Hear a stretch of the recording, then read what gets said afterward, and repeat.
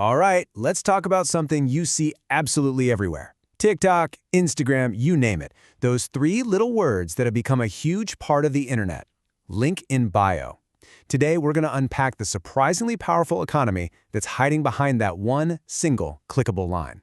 Right. You've scrolled past it a million times.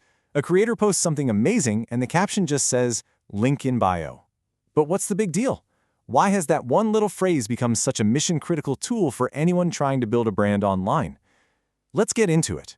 Okay, so to really get why this solution is so brilliant, we first have to understand the problem.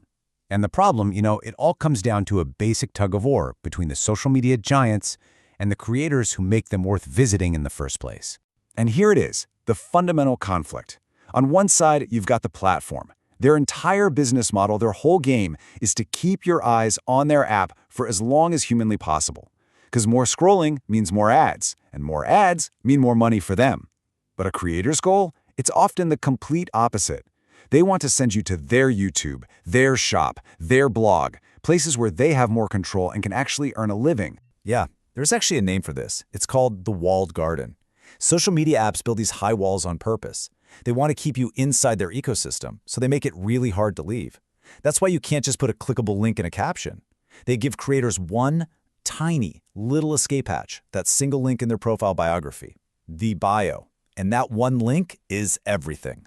So what do you do when you only get one link? Well, this is where creators got really, really smart. And honestly, their elegant solution basically kicked off a whole new industry. See, instead of wasting that one precious link on just one destination, creators use it to point you to a special kind of landing page. It's basically a micro website, a launchpad that turns that one link into, well, as many as you want.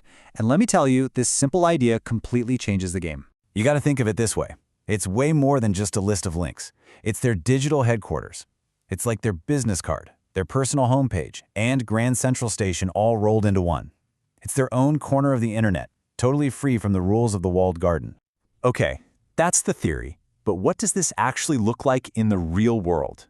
Let's dive into a real-life example and see how the strategy actually plays out.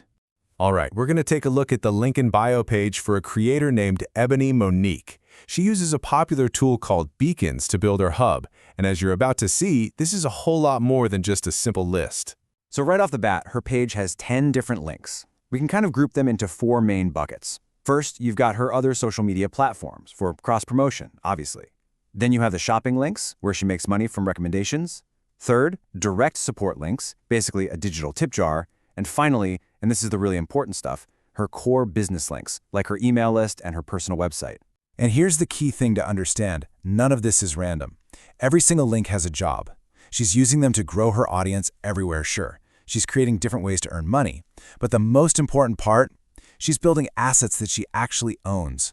She's pulling her followers off of what you might call the rented land of social media and bringing them to her own home turf.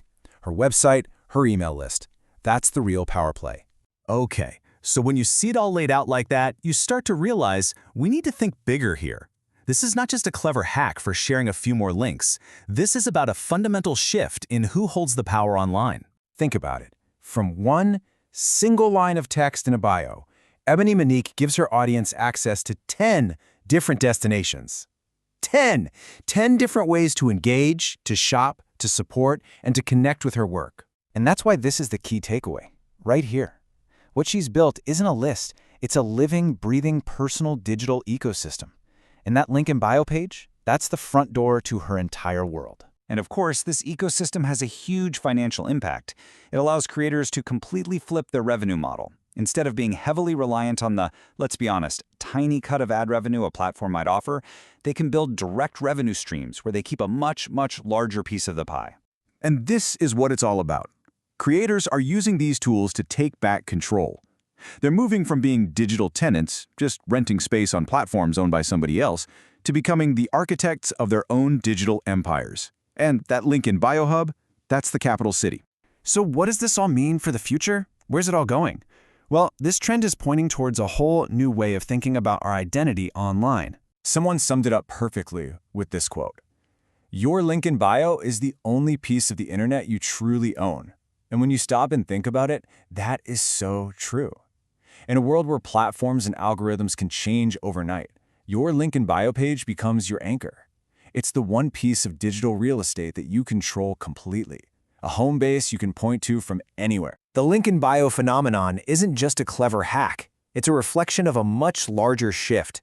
It's about individuals taking all the scattered pieces of their online lives and unifying them in one single place that they control. It's a quiet but really powerful move toward a more decentralized, more empowered version of the internet. And that leaves us with a final thought to chew on. This started with creators, but as all of our digital lives become more and more fragmented across different apps and services, is a personal headquarters like this going to become essential for everyone? A central hub for our own digital ecosystem? It's a fascinating question. Thanks for watching.